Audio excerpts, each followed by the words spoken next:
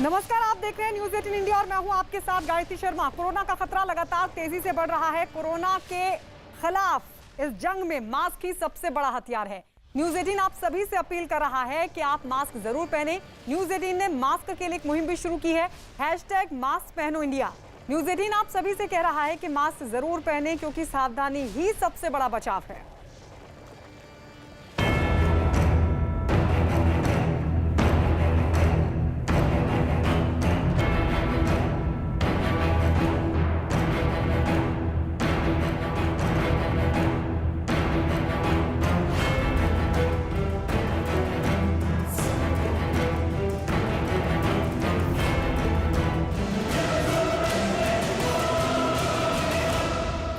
और इस वक्त एक बड़ी खबर आपको बता दें, कोवैक्सीन पर इस वक्त की बड़ी खबर, डबल म्यूटेंट पर भी असरदार। डबल म्यूटेंट पर भी असरदार है। आईसीएमआर के शोध में यह दावा किया गया है कि डबल म्यूटेंट पर भी कोवैक्सीन असरदार है। कोवैक्सीन को असरदार पाया गया है क्योंकि यह सवाल उठ रहा था सेकेंड वेव के चलते जो मल्टीपल वेरिएंट है उस पर क्या जो मौजूदा वैक्सीन अवेलेबल है क्या वो असरदार है। सबके बीच ये बड़ी खबर, और बड़ी खबर ये कि कोवैक्सीन डबल म्यूटेंट पर भी असरदार है। कोवैक्सीन पर इस वक्त की बड़ी खबर आपको बता दें, क्योंकि आईसीएमआर की तरफ से यह दावा किया गया, शोध में पाया गया कि डबल म्यूटेंट पर भी कोवैक्सीन असरदार है। यह स्वदेशी वैक्सीन है, स्वदेशी वैक्सीन कोवैक्सीन जो कि असरदार पाई गई है। रवि सिंह हमारे सहयोगी जुड़ गए हैं ज्यादा जानकारी के साथ। स्वदेशी वैक्सीन डबल म्यूटेंट पर भी असरदार, क्या कहा आईसीएमआर ने? रवि, आईसीएमआर की तरफ से एक स्टडी की गई थी और जैसे ही भारत में मल्टीपल वेरिएंट और डबल म्यूटेंट स्ट्रेन की बात आई और खबरें आई कि इसकी वजह से केसेस में लगातार बढ़ोतरी हो रही है, उसके बाद आईसीएमआर ने लगातार एक स्टडी किया और स्टडी में पाया गया है जो उसके आउटपुट आए हैं उसमें यह कहा गया है कि मल्टीपल वेरिएंट और डबल म्यूटेंट स्ट्रेन पर कोवैक्सीन जो भारत बायोटेक की है वैक्सीन, ये पूरी तरीके से स्वदेशी है क्योंकि आईसीएमआर और भारत बायोटेक ने इस वैक्सीन को बनाया है। रवि, और ये म्यूटेंट जो सेकंड वेव में यही म्यूटेंट संक्रमित कर रहा है क्या लोगों को? ये जो सरकार की तरफ से और जो एक्सपर्ट लगातार बार बार ये कह रहे हैं कि जो डबल म्यूटेंट है और या मल्टीपल वेरिएंट है इनकी वजह से केसेस में कहीं न कहीं बढ़ोतरी हो रही है। हालांकि ये भी कहा गया कि 100% बढ़ोतरी हो रही है इनकी वजह से, ये अभी तक नहीं पाया गया है, लेकिन बढ़ोतरी में इनका योगदान जरूर है डबल म्यूटेंट का। तो एक राहत वाली बात यह है कि कोवैक्सीन अगर डबल म्यूटेंट पर पूरी तरीके से असरदार है तो जो लोग वैक्सीनेशन के प्रोग्राम में शामिल हो रहे हैं और जो लोग वैक्सीन लगवा रहे हैं उनके लिए कम से कम राहत की बात यह होगी कि वैक्सीन लगवाने के बाद अगर कोरोना के संक्रमण में के चपेटे में आ भी जाते हैं वो लोग तो कम से कम उनकी जान को खतरा नहीं होगा, वो आईसीयू में नहीं जाएंगे, उनको किसी तरीके से बड़ी समस्या का सामना नहीं करना पड़ेगा। बिल्कुल, और ये बहुत राहत भरी खबर है क्योंकि सवाल उठ रहा था अब जो मल्टीपल वेरिएंट है डबल म्यूटेंट की वजह से केसेस बढ़ रहे हैं तो क्या ये जो वैक्सीन लगाई जा रही है क्या ये असरदार है। और इस सबके बीच ये बड़ी खबर, स्वदेशी वैक्सीन कोवैक्सीन जो कि डबल म्यूटेंट मल्टीपल वेरिएंट पर भी असरदार पाई गई और यह दावा आईसीएमआर की तरफ से किया गया है। और इस वक्त एक और बड़ी खबर आपको बता दें, ऑक्सीजन पर हो रही सियासत से जुड़ी बड़ी खबर यह कि बीजेपी नेता संबित पात्रा ने कांग्रेस महासचिव प्रियंका गांधी के उस बयान पर पलटवार किया जिसमें प्रियंका गांधी ने ऑक्सीजन की कमी के लिए केंद्र को ठहराया था जिम्मेदार। उन्होंने कहा कि देश महामारी से जूझ रहा है और कांग्रेस नेता इस पर राजनीति करने में जुटे हैं। सुनिए क्या कहा।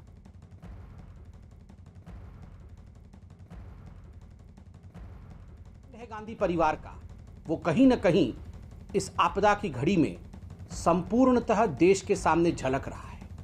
बंधुगण, आप उनके तरीकों को देखिए। एक दिन कांग्रेस पार्टी एक चिट्ठी लिखती है, अगले दिन आदरणीय मनमोहन जी से एक चिट्ठी लिखवाया जाता है, सोनिया जी कुछ कहती हैं और वो एक चिट्ठी लिखती हैं, राहुल जी सुबह से दोपहर से शाम तक 3-3 4-4 ट्वीट करते हैं, फिर प्रियंका जी अगले दिन आके इंटरव्यू देती है। तो स्वाभाविक रूप से जिसको प्रियंका जी कह रही हैं कि वो सुझाव देना चाहती हैं, दरअसल कांग्रेस पार्टी कोई सुझाव देना नहीं चाहता है, कांग्रेस पार्टी तंज करना चाहता है। ये जो पैंडेमिक है, ये जो महामारी है, वहां किस प्रकार से अपने फेल्ड प्रोडक्ट को बेचा जा सके, फिर से उसे एक राजनीतिक रूप से लॉन्च किया जा सके, उसी का प्रयास आज पुनः गांधी परिवार कर रही है। गिद्ध दृष्टि से गिद्ध दृष्टि से वल्चर पॉलिटिक्स करते हुए इस आपदा में, इस परिस्थिति में देश में कहीं ना कहीं पैनिक फैलाने की, कहीं ना कहीं अफरा तफरी की एक माहौल बनाने की कोशिश और फेक न्यूज फैलाने की कोशिश की जा रही है। कांग्रेस महासचिव प्रियंका गांधी ने वैक्सीन और ऑक्सीजन की कमी के लिए केंद्र को निशाने पर लिया था। क्या उन्होंने कहा था, आइए सुनवाते हैं आपको। जनवरी से लेकर मार्च तक 6 करोड़ एक्सपोर्ट हुई हैं हमारे हिंदुस्तान से वैक्सीन, और उसी समय में 3 से 4 करोड़ हिंदुस्तानियों को वैक्सीन दी आपने। तो आपने हिंदुस्तानियों को पहले क्यों नहीं रखा? आपने उनको प्राथमिकता क्यों नहीं दी? अपने पीआर में आप पड़े रहे। और हमें हर रोज टीवी पे दिख रहा था कि मॉरिशस जा रही है, नेपाल जा रही है वैक्सीन। आपने 6 करोड़ वैक्सीन एक्सपोर्ट की और हिंदुस्तानी लोगों को आपने 3 से 4 करोड़ तक उसी समय में आपने सिर्फ उतना वैक्सीन दिया। आज वैक्सीन की कमी है। वैक्सीन की कमी किस लिए हो रही है? Bad planning. रेमडेसिविर की कमी किस लिए है? बैड प्लानिंग या नो प्लानिंग। ऑक्सीजन की कमी किस लिए? कोई स्ट्रैटेजी नहीं। बेड्स, आपको मालूम था कि ये दोबारा वेव आएगा, तो आप टेम्पररी बेड्स क्यों नहीं बनवाए? आपने अपने अस्पतालों में सुविधा क्यों नहीं बढ़ाई? आपने फोकस क्यों नहीं किया इन चीजों पे? तो ये तो एकदम सरकार का ही फेलियर है। और उधर केंद्रीय मंत्री गिरिराज सिंह ने ऑक्सीजन पर सियासत करने वालों पर किया पलटवार। उन्होंने एक ट्वीट किया। ट्वीट करते हुए लिखा, देश में ऑक्सीजन की न कमी है न कमी होगी, दिक्कत सिर्फ गिद्ध वाली दूषित राजनीति करने वालों से है। और इस बीच आपको बता दें, महाराष्ट्र में पिछले 24 घंटों में 62,000 मरीज सामने आए, जबकि कोरोना से 519 लोगों की मौत हुई है। इस साल अब तक का एक दिन में यह सबसे ज्यादा मौत का आंकड़ा बताया जा रहा है। राज्य में कोरोना से बेकाबू होते हालात को देखते हुए सख्त लॉकडाउन लगाया जा सकता है। राज्य में पहले से लागू पाबंदियों के नाकाफी साबित होने की वजह से लॉकडाउन की संभावना बढ़ गई और इस बात की उम्मीद है कि महाराष्ट्र में आज अगले कुछ घंटों में लॉकडाउन लग सकता है, जिसका ऐलान खुद मुख्यमंत्री उद्धव ठाकरे कर सकते हैं। महाराष्ट्र कैबिनेट ने राज्य में 15 दिनों के लिए सख्त लॉकडाउन लगाने की सिफारिश की है। हालांकि इस दौरान जरूरी सेवाएं, दवा, अस्पताल, दूध, फल और सब्जी बेचने वालों को छूट मिल सकती है। और साथ ही मुंबई के बीकेसी सेंटर में भारी संख्या में लोग वैक्सीनेशन के लिए पहुंच रहे हैं ताकि कोरोना से बचाव हो सके।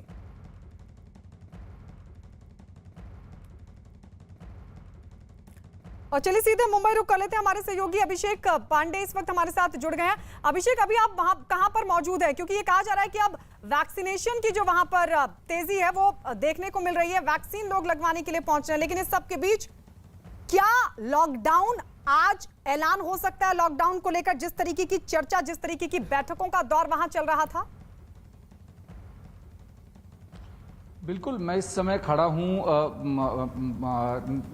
मंत्री के बंगले पर। बाला साहब थोराट जो एक सीनियर मंत्री हैं, कांग्रेस के सीएलपी लीडर हैं। बाला साहब, जिस तरीके से लॉकडाउन को लेकर के लगातार कल कैबिनेट में चर्चा हुई, लगातार ये कहा जा रहा है कि इस चेन को तोड़ने के लिए ज़रूरी है कि कम से कम लॉकडाउन किया जाना चाहिए और स्ट्रिक्ट लॉकडाउन किया। किस तरीके का फैसला एक्सपेक्ट है? कोरोना का जो प्रादुर्भाव है वो डबल स्पीड है उसका, और नंबर भी हर रोज बढ़ता जा रहा है। हमने रिस्ट्रिक्शन तो डाले हैं, लेकिन रिस्ट्रिक्शन में पूरा लॉकडाउन नहीं हो रहा।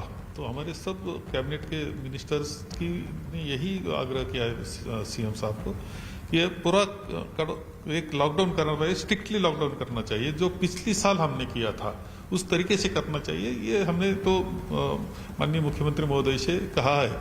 तो इससे जो हमारा संसर्ग जो बढ़ता जा रहा है वो कम हो जाएगा और नंबर नीचे आएगा। दूसरा सवाल महत्वपूर्ण ये है कि जो कि आप सरकार में हैं, प्रियंका जी ने कहा कि सेंटर गवर्नमेंट को प्लानिंग करनी चाहिए, वैक्सीनेशन को लेकर प्लानिंग करनी चाहिए, ऑक्सीजन को लेकर प्लानिंग करनी चाहिए थी, लेकिन नहीं हो रही। जिस पर बीजेपी कह रही है कि कांग्रेस ऐसे पेंडेमिक सिचुएशन में भी सियासत कर रही है और जानबूझ के इस तरीके का ड्रामा क्रिएट कर रही है, जबकि महाराष्ट्र में 40-50% केसेस अकेले महाराष्ट्र से आ रहे हैं और वहाँ फेलियर है सरकार।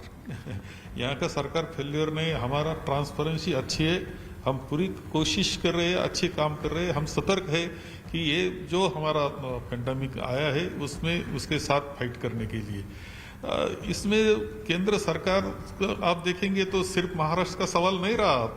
अब क्या चल रहा है अहमदाबाद में, क्या चल रहा है भोपाल में, क्या चल रहा है लखनऊ में। स्मशान भूमि तो सच बात कर रही है, वो वहां देखना चाहिए कि उन्होंने क्या चल रहा है। और ये जो इसके बारे में लस जो देनी है हमें इनोकुलेशंस, वो तो उसके बारे में उनका कोई प्लानिंग है नहीं। एक तरीके से ज्यादा वैक्सीनेशन होना चाहिए था, वो नहीं हो रहा, ये सच है। और उसकी पॉलिसी जो है केंद्र सरकार की आज भी निश्चित नहीं कि कैसे वैक्सीनेशन देना है। ज्यादा से ज्यादा वैक्सीनेशन होना ये बहुत जरूरी है। और जो अच्छे जिसका इकोनॉमी अच्छे ऐसे फैमिली है वो खुद लेंगे। गरीबों के लिए आप सस्ते में या फ्री देना चाहिए, इसके लिए कोई पॉलिसी नहीं। कोई वो तो बाहर भेजने के लिए इस देश को इतना भेजना, उस देश को इतनी हमने इनोकुलेशन भेजे, ये ठीक नहीं किया। तो केंद्र सरकार ने इस पर ज्यादा काम करना चाहिए। बिल्कुल, जिस तरीके से बाला साहब थोराट कह रहे हैं कि केंद्र ठीक है सरकार। अभिषेक लौट रहे हैं आपके पास, एक बार दिल्ली की तरफ रुख कर लेते हैं। दिल्ली के कई अस्पतालों में ऑक्सीजन की कमी की खबरों के बीच कुछ निजी संस्थाओं ने मोर्चा संभाला और राजधानी के कई अस्पतालों में ऑक्सीजन सिलेंडर भिजवाए गए हैं। दिल्ली के एलएनजेपी अस्पताल, गंगाराम अस्पताल, दीनदयाल उपाध्याय अस्पताल, जीटीबी अस्पताल में ऑक्सीजन की सप्लाई की गई। तो कई बड़े अस्पताल जिसमें दीनदयाल उपाध्याय शामिल है, गंगाराम अस्पताल शामिल है, इसके अलावा जीटीबी अस्पताल में भी ऑक्सीजन सिलेंडर भिजवाए गए। बताया जा रहा है कि कुछ निजी संस्थाओं की तरफ से मोर्चा संभाला गया और उनकी तरफ से ये इंतजाम किया गया है। लेकिन अभी बहुत सारे ऐसे हॉस्पिटल हैं जहां पर स्थिति साफ नहीं हो सकी है कि क्या वहां पर ऑक्सीजन की पर्याप्त सप्लाई हुई है या फिर नहीं। लेकिन इस सबके बीच गंगाराम अस्पताल, एलएनजेपी अस्पताल, जीटीबी में ये सप्लाई की गई है, क्योंकि बहुत सारी जगहों से इस तरह की खबरें आ रही थी कि ऑक्सीजन की सप्लाई है, मरीजों को दिक्कतों का सामना करना पड़ रहा है। और इस सबके बीच कल प्रधानमंत्री मोदी की तरफ से भी राष्ट्र के नाम संबोधन के दौरान यह कहा गया था कि जो भी मदद कर सकते हैं वो आगे आए। नीतीश हमारे साथ, हमारे सहयोगी इस वक्त जुड़ गए हैं। नीतीश, आप जहां मौजूद हैं, क्योंकि आप बता रहे हैं कि वहां से अभी डिटेल नहीं मिल पा रही है कि वहां पर ऑक्सीजन की पर्याप्त सप्लाई हुई है या फिर नहीं। जरा बताइए कि राज्य सरकार क्या कर रही है ऐसे में, और ये कितना बड़ा अस्पताल है, क्योंकि इस वक्त ऑक्सीजन का मिलना मरीजों को जिनको जरूरत है वो सबसे बड़ी प्राथमिकता और चुनौती भी। देखिए गायत्री, मैं इस वक्त दिलशाद गार्डन में ताहिरपुर का इलाका है, वहाँ ही एक डेडिकेटेड दिल्ली सरकार का कोविड हॉस्पिटल है जिसको Rajiv Gandhi super speciality hospital के नाम से जाना जाता है। डेडिकेटेड है, काफ़ी फैसिलिटीज़ है, लेकिन यहाँ पर पिछले दो तीन दिनों से लगातार शिकायतें आ रही है इस हॉस्पिटल से बेड की कमी का। और कल शाम को खुद अस्पताल के द्वारा ये घोषणा की गई कि उनके यहाँ ऑक्सीजन अवेलेबल नहीं है, वो मरीजों को एडमिट नहीं कर सकते जो कोविड पेशेंट हैं। आज हमने यहाँ के जो नोडल ऑफिसर हैं Rajiv Gandhi super speciality hospital के, विकास डोगरा, उनसे सुबह से बात करने की कोशिश कर रहे हैं, लेकिन उनका रिंग जा रहा है, फोन नहीं उठा रहे। अभी जो हमें अंदर से जानकारी मिल रही है कि सुबह 4, 4:30 बजे के करीब यहाँ पर एक ऑक्सीजन का टैंक आया था, लेकिन वो टैंक में इतना ऑक्सीजन है कि आज कुछ वक्त के लिए मरीजों को सप्लाई हो सकती है। आगे क्या होगा इसमें स्थिति अभी साफ नहीं है। जहां तक दिल्ली का सवाल है, जो सत्येंद्र जैन है, उन्होंने मंगलवार को कहा था स्वास्थ्य मंत्री ने कि दिल्ली में